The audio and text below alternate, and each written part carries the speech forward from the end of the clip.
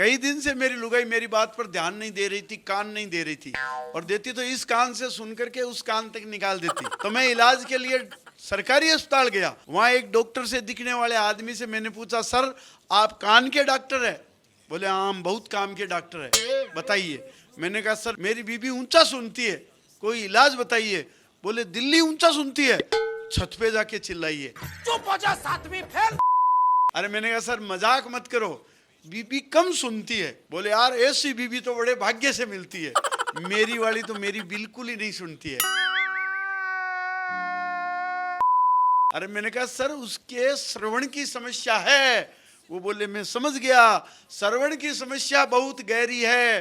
बेचारे श्रवण के माँ बाप तो अंधे थे और लुगाई बहरी है। अबे साले। अरे मैंने कहा डॉक्टर साहब उसके कान के पर्दे की दिक्कत है। बोले मेरे लिए भी ले आना, मुझे भी पान में जर्दे की आदत है। तो पास खड़ा था एक कंपाउंडर। मैंने कहा ये डॉक्टर ने मेरी बात सुन रहा है न समझ रहा है? वो बोले कैसे समझेगा, डॉक्टर तो खुद ही बह रहा है। मैंने कहा क्या कह रहा है? ईएनटी का डॉक्टर और बह रहा है, तो प्लीज आप उन्हें समझाइए, आप उन्हें बता दीजिए कान की तकलीफ है। कंपाउंडर उसका भी बाप बोला मकान की छत लीक है तो यहाँ क्यों आए हैं, किसी मिस्त्री लोग के पास जाओ। शाबाश बेटा। तो पीछे से एक नर्स भाग के आई, बोली स्त्री रोग विशेषज्ञ छुट्टी पर है, कल आओ। तो मैं परेशान होकर के मैंने सीएमएचओ को फोन किया, पीएमओ को फोन किया। मैंने कहा मेरी यहाँ कोई सुन नहीं रहा है, कान की समस्या है। पीएमओ बोला ये कान की नहीं हिंदुस्तान की समस्या है, यहाँ कोई किसी की नहीं सुनता है। देखा आपने लापरवाही का नतीजा। जब मेरा सरकारी इलाज नहीं हुआ तो मैं असरकारी इलाज कराने के लिए प्राइवेट हॉस्पिटल गया। वहां जाते ही बीपी और शुगर के बहाने उन्होंने मेरी जेब का नाप लिया। मैंने कहा कान की समस्या है बताइए, तो वो बोले लास्ट कॉर्नर पर चले जाइए।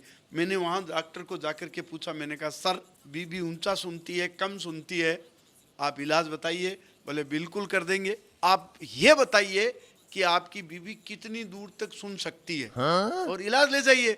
मैंने कहा सर ये तो पता नहीं है, मैं अभी पता करके आता हूँ।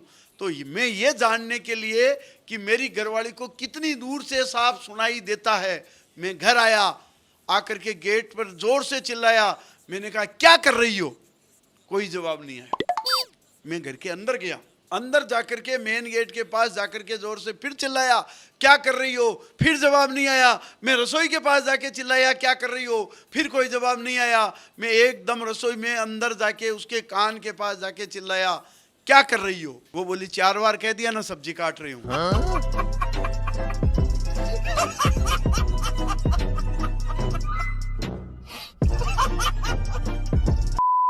और अब मैंने कहा ये प्रॉब्लम तो इधर। oh, no. मैं वापस भाग करके वापस डॉक्टर के पास आया।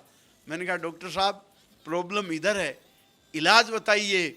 वो डॉक्टर साहब इंग्लिश में मेरे को कुछ समझाते हुए अंदर गए और वापस एक मशीन लेके आए। बोले मिस्टर मारवाड़ी ये 1 लाख में आएगी, 10 टाइम बेटर सुनाएगी, देन योर प्रॉब्लम सॉल्व हो जाएगी। और मैंने कहा सर 1 लाख बहुत महंगा है, कोई सस्ती दिखाइए। तो अब की बार डॉक्टर इंग्लिश से हिंदी में आए, अंदर जाकर के एक 50,000 की मशीन लाए। बोले ये 5 गुना ज्यादा सुनाएगी और आपकी सारी दिक्कत दूर हो जाएगी। और अब मैंने कहा सर मैं इतनी अफोर्ड नहीं कर सकता, आप मेरे को कोई सस्ती दिखाइए। तो अब की बार डॉक्टर ने एक 10,000 की मशीन लाई, उठा के डब्बा पटका। बोले ये 10,000 की मशीन है, 2 गुना ज्यादा सुनाएगी, आपकी समस्या हल हो जाएगी। और अब मैंने कहा डॉक्टर साहब मैं इतना भी अफोर्ड नहीं कर सकता, मुझे तो जो सबसे सस्ती मशीन है वो बताइए। बोले प्राइवेट हॉस्पिटल में इलाज कराने आए हो? तो मैंने कहा सर मैं अफोर्ड नहीं कर सकता।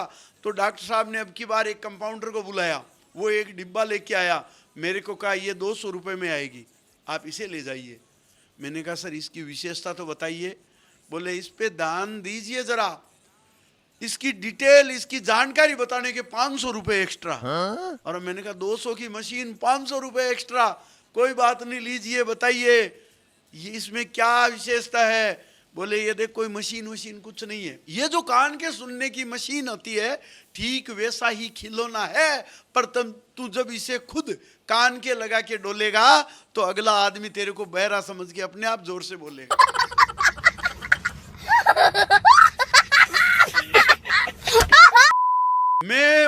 से निराश होकर के वापस सीएमओ को शिकायत की। मैंने फिर पीएमओ को कहा, सीएमएचओ को कहा, मैंने कहा सर प्राइवेट हॉस्पिटल में भी मेरी कोई नहीं सुन रहा है, मेरे कान की समस्या है। सीएमएचओ बोला देख मैंने तेरे को पहले ही कहा था ये कान की नहीं हिंदुस्तान की समस्या है, यहाँ कोई किसी की नहीं सुनता है। अरे सांसद संविधान की नहीं सुनते हैं, विधायक विधान की नहीं सुनते हैं, अफसर मंत्री की नहीं सुनता है, रहबर संतरी की नहीं सुनता है, बहू सास की नहीं सुनती है, एम्प्लॉय अपने बॉस की नहीं सुनते हैं, अदालत इंसाफ की नहीं सुनती है और पुलिस किसी के बाप की नहीं सुनती। अरे बोलने वालों को तो कोई सुनता नहीं और गूंगों के रोज बयान होते हैं। अब तो चुप रहने में ही फायदा है क्योंकि आजकल दीवारों के भी कान होते हैं। अच्छा कान तो मकान के भी कान होते हैं, दुकान में भी कान होते हैं, लेकिन वो कोई काम नहीं आते हैं। अरे होने को तो जानवरों के भी कान होते हैं पर वो कम से कम मक्खी उड़ाने के तो काम आते हैं। होने को तो जानवरों के भी काम होते हैं पर वो मक्खी उड़ाने के काम आते हैं, पर आदमी के कान तो अब सिर्फ और सिर्फ चश्मा टांगने के काम आते हैं।